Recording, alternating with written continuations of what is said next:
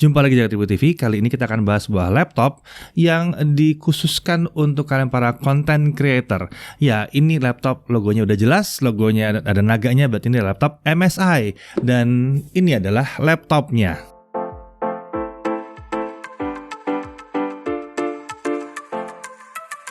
Ya, ini adalah MSI Prestige 15 ya. Laptop content creation yang stylish yang dirancang untuk kalangan bisnis profesional, travel business, penggiat marketing atau public relation, fotografer, video editor, 2D, 3D graphic designer, YouTuber, content creator ya, dan masih banyak lagi. Tapi yang jelas memang ini arahnya lebih ke arah content creation ya. Karena ini emang arahnya content creation, kita akan melakukan pengujian yang arahnya lebih ke content creation kali ini, bukan gaming ya. Oke, spesifikasi utama dari laptop yang satu ini adalah Intel Core i7 10710U. Ya jangan gitu, tenang. Yang penting kan performanya, bukan apa prosesornya, ya enggak? Jadi ini ada sebuah prosesor yang unik, codename-nya adalah Comet Lake. Ini 6 core 12 thread, TDP 15 watt. Ya, kita udah pernah tes sebelumnya 6 core 12 thread TDP 15 watt ya. Ini hadir lagi dengan bodi yang sedikit lebih besar, base clock 1,1 GHz, maksimum turbo clock di 4,7 GHz dengan 12 MB Intel Smart Cache. Memori atau RAM-nya yang satu ini 32 GB DDR4 2666 MHz. Dual channel 2x16 ya. Performanya udah langsung mentok aja gitu ya. Ada 2 slot SODIMM di sini. Jadi kalau kalian mau nambah, buat apa ditambah ya? Udah 32 juga. Tapi ada versi yang memang lebih rendah memorinya ya. Ini kebetulan kita tes yang full aja. Untuk storage 1 TB SSD M.2 NVMe PCIe.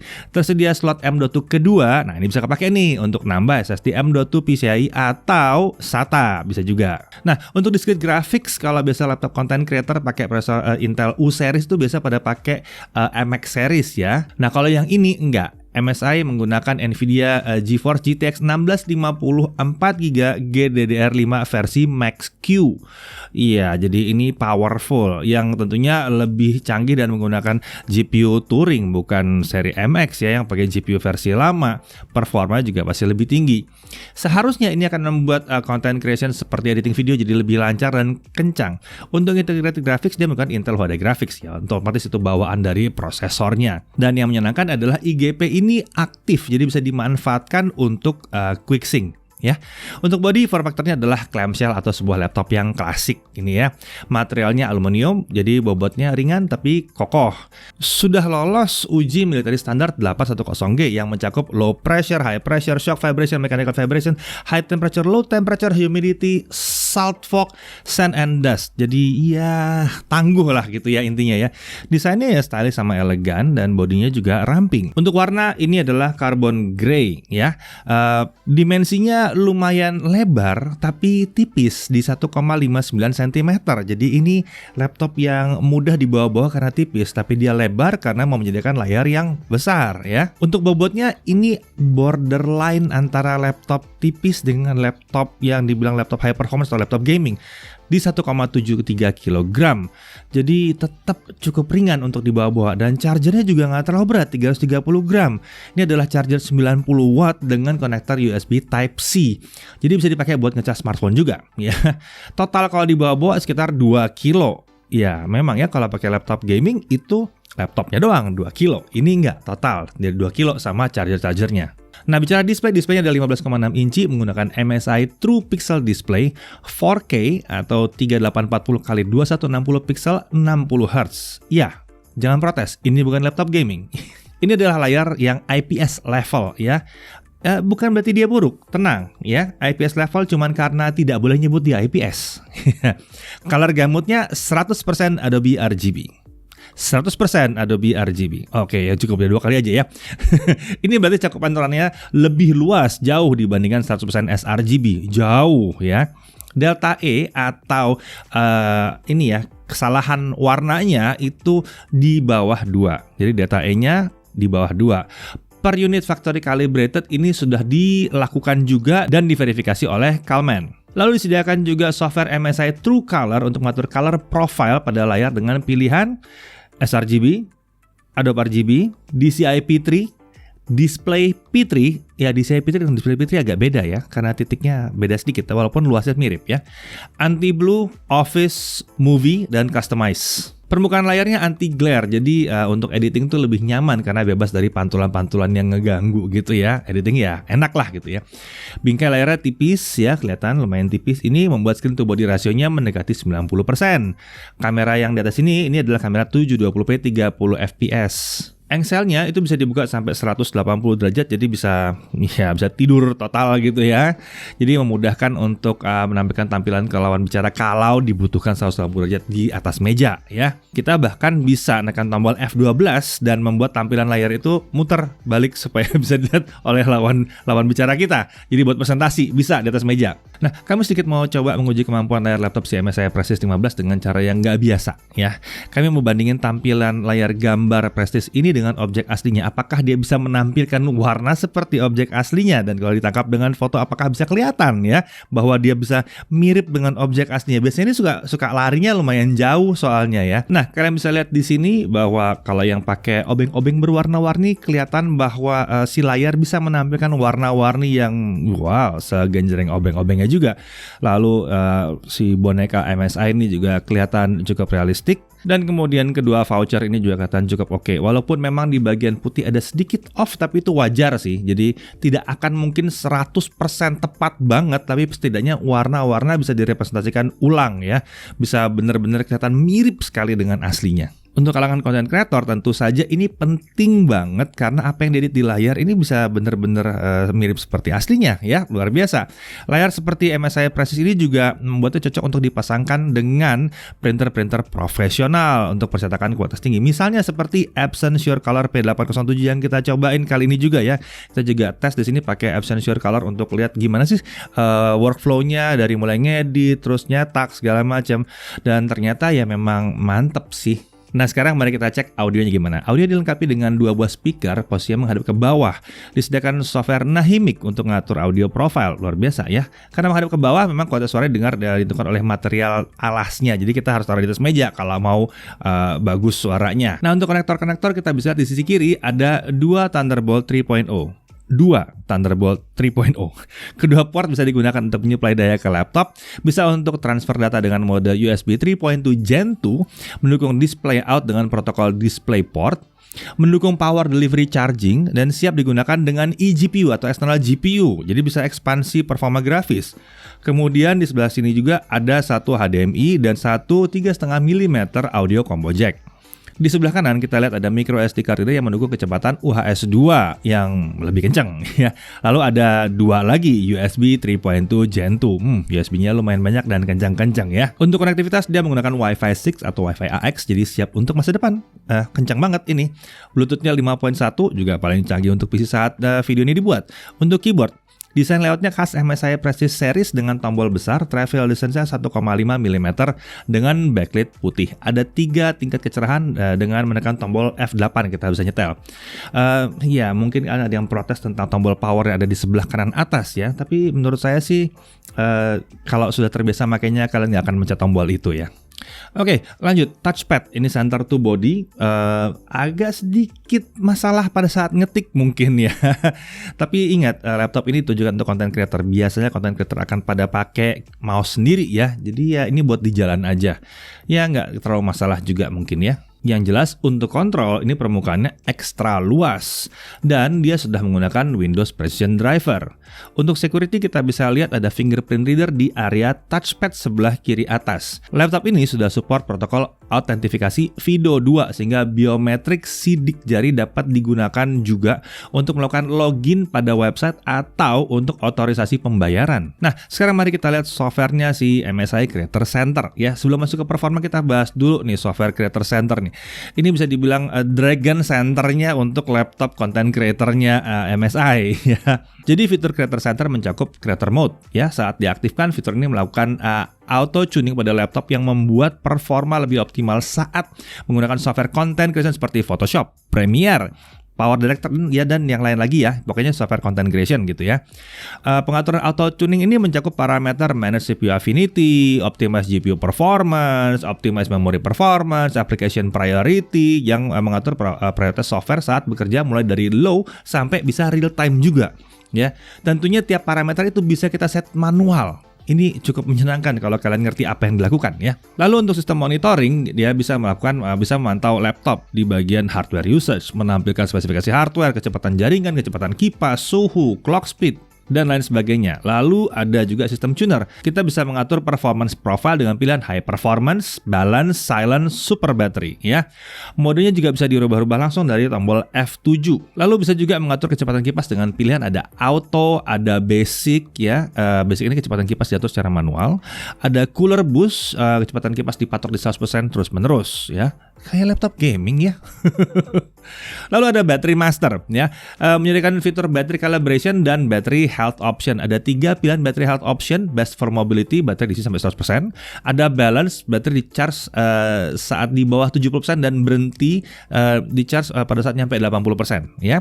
Lalu ada best for battery yang dimana dia di charge sampai dengan 60% saja dan mulai ngecas lagi kalau dia turun di bawah 50%. Ini katanya akan memperpanjang umur baterainya. Lalu kita masuk dalam performa, kita lihat Cinebench R15 20 kali loop balance mode. Kita dapat skor yang ya oke lah ya, 800-an lalu turun ke 620 630 poin.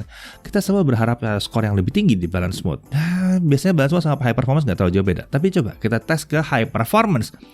Wow, tiba-tiba di high performance kita lihat skor yang jauh banget. Peak performance dari 1100 dan kita mendapatkan sustain performance di atas 1000. Ini mengejutkan sekali sebetulnya, terutama untuk prosesor Intel yang sebelumnya kita lihat tidak mencapai sampai setinggi ini ya. Ini adalah performa yang tinggi sekali. Bahkan ini seperti prosesornya 15 watt disulap jadi seperti prosesor Intel 6 core 12 thread H-series, bukan U lagi nih. Jadi prosesor 15 watt udah seperti prosesor 45 watt. Kok bisa kayak gitu ya? Tampak skornya tuh mirip kayak Core i7 9750H. Hasil pengukuran kami juga nunjukin bahwa rating TDP core-nya emang dinaikin ke 40 watt.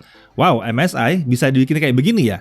Jadi tiba-tiba prosesor yang kayaknya tadinya adem, anteng gitu tiba-tiba jadi galak di sini. Nah, sementara itu kalau untuk di silent mode tentunya kita dapat lagi skor yang di sekitar 600-an poin lagi. Tidak seperti high performance yang galak banget. Oke, nggak sabar kita langsung coba aja di pengujian dengan aplikasi. Kita coba di Blender rendering time, kita pakai high performance mode tentunya ya. Kita mau manfaatin performa tingginya itu.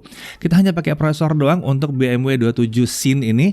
Resolusi 1080p, render resolution di 50% dan kita dapat 5 menit 40 detik. Sementara itu Core i7 9750H dapat 5 menit 14 detik. Wow, dekat ya. Itu laptop tebel lawan laptop tipis, tapi bisa jaraknya deket banget. Jadi terbukti, memang di performance mode dia kencang banget. Lalu kalau dia menggunakan hanya GTX 1650, ini selesai dalam waktu 3 menit 8 detik. Lalu kita bisa menggabung juga eksternal GPU kan, karena tadi ada port Thunderbolt-nya ya, kita tambah dengan eksternal GPU RTX 2080 Super. Semua itu selesai dalam 42 detik aja. Selesai gitu ya. Oke, lalu ke Adobe Premiere CC 2020. Nah, ini kita mesti lihat nih ya. Exporting video high performance mode. Senarionya 4K to 4K seperti biasa, 4K 60 2 menit 7 detik videonya ya.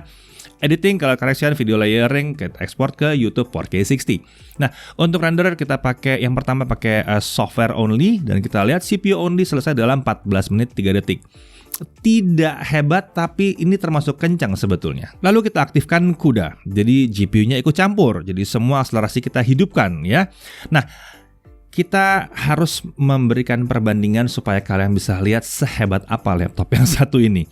Oke, Core i7 1070U digabung dengan GTX 1650 ya dalam laptop yang satu ini dengan settingannya dia akan menyelesaikan pekerjaan ini dalam 4 menit 3 detik. Sebagai pembanding kita ada Ryzen 5 4600H dengan GTX 1650 Ti. Pasti kalian tanya kan kalau pakai itu gimana? Selesai dalam 5 menit 24 detik.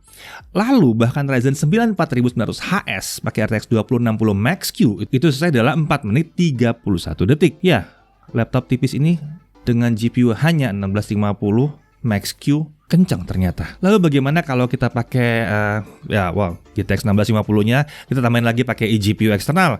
Ini akan selesai dalam 3 menit 13 detik. Ya memang sangar sih kalau udah pakai eGPU eksternal. Tapi yang menarik adalah Melihat dia bekerja sendiri di laptop ini tipis dan mungkin orang akan menilai, wah ini underpowered lah, kurang kenceng. Ternyata begitu ketemu pekerjaan di Adobe Premiere dan itu kerjanya 4K, dilalap sama dia. Oke, skenario berikutnya adalah skenario Full HD ya, source video yang sama tapi 2 menit 7 detik juga dengan Full HD 60 fps.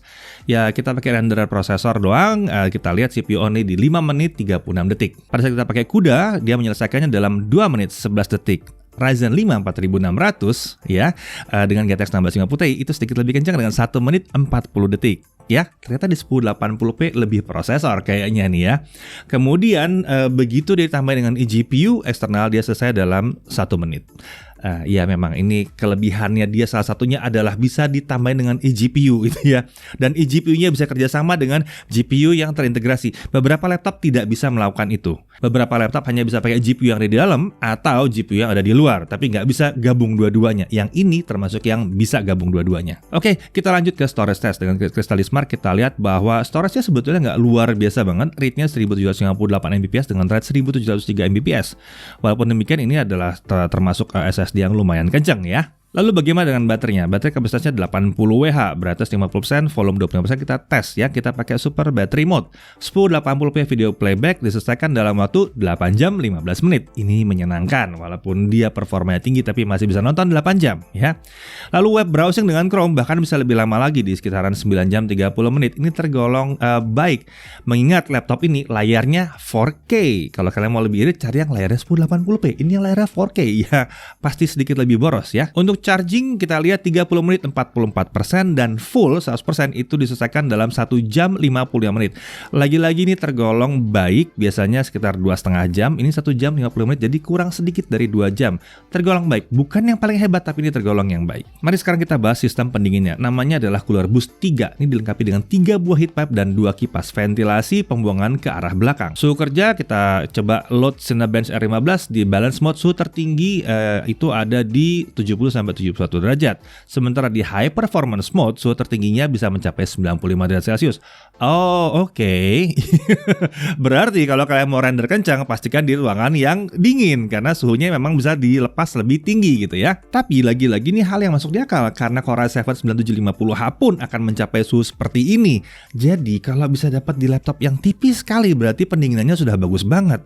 Bayangkan laptop tipis ini bisa menyamai sebuah laptop gaming yang tebal dengan performa yang sama. Lalu kalau kita coba load Blender 2.8 high performance mode 3D rendering pakai GPU-nya juga ya, kita lihat di high performance kita dapat suhunya bisa mencapai 95 derajat Celcius max, kemudian 1650-nya mencapai hanya 77 derajat Celcius. Lagi-lagi kalau kalian mau rendering pastikan di ruangan yang dingin. Kalau tidak mau ya turuninlah ke balance mode, tapi berarti performance agak sedikit turun ya. Suhu permukaan dengan FLIR kita lihat, kita load Cinebench R15 loop, suhu sisi ke keyboard ada di kisaran 44 sampai 48 derajat Celcius, area tengah keyboard 40 sampai 46, area keyboard yang lain suhunya masih ada di bawah 40 derajat Celcius. Suhu body seperti itu hanya dicapai pada saat rendering doang, pada saat normal sih nggak nyampe segitu. Kalau ngetik-ngetik ya browsing nggak akan segitu. Untuk harga ini menarik, ada 2 varian ya. Varian dua-duanya pakai spek yang sama sebetulnya. Yang beda itu adalah di layar ya. Di layar, di RAM sama di SSD. Yang kami uji ini RAM 32GB, SSD 1TB dengan layar 4K 100% Adobe RGB itu di 30.399.000. Oh ya, monster. Sementara varian lain RAM 16GB, SSD 512, layar Full HD yang close to 100% sRGB, ya anggaplah mendekati 100% sRGB, itu harganya 20.999.000 ya. Garansi dari MSI diberikan selama 2 tahun. Jadi kita bisa lihat ya, penampilannya stylish, elegan, cocok buat profesional. Lagi-lagi ini untuk profesional, layarnya ini yang profesional banget ya. Ringan dibawa bahkan dengan charger cuma nyampe 2 kilo ya. Kemudian performanya ajaib pada saat dibutuhkan. Jadi kalau kita butuh bisa naik das, kencang banget performanya ya. Dan ini pakai GeForce GTX 1650 yang sebenarnya kalau kalian main game juga bisa sih di sini ya jadinya. Layarnya 4K, akurasinya tinggi banget, tampilan di layar luar biasa keren banget. Ada software MSI Truecaller yang masih bisa tuning lagi tampilan yang sesuai seperti apa. Terus terang buat saya untuk sesuai dengan gambar asli saya biasa pakai DCI P3, itu lebih mirip gitu. Entah kenapa. Kemudian kapasitas RAM dan storage-nya masif banget ya. Masih bisa nambah lagi storage kalau perlu dengan M.2 tentunya. Lalu suhu kerjanya itu cukup rendah kalau kita jalankan di balance mode. Jadi kita bisa pilih mau performa tinggi atau mau suhu lebih rendah, tergantung kondisi dan lokasi kita ada di mana. Sementara itu daya tahan baterai tergolong cukup baik untuk sebuah layar 4K. Kalau nggak sangat baik sekali sebetulnya karena bisa nyampe 8 jaman ini dengan performa yang tinggi seperti ini. Dan terakhir disediakan software MSI Creator Center. Fiturnya lengkap, bisa memaksimalkan kemampuan laptop. Jadi kelihatannya MSI emang ngerti banget apa yang dibutuhkan oleh content creator. Nggak mau disuruh bawa laptop yang berat-berat tapi mau layarnya gede ya. Pengennya bisa irit baterai, tapi juga bisa keluarin performa kencang pada saat dibutuhkan. Ini yang namanya benar-benar ngerti content creator. Saya Deddy Irfan, Jagat TV TV.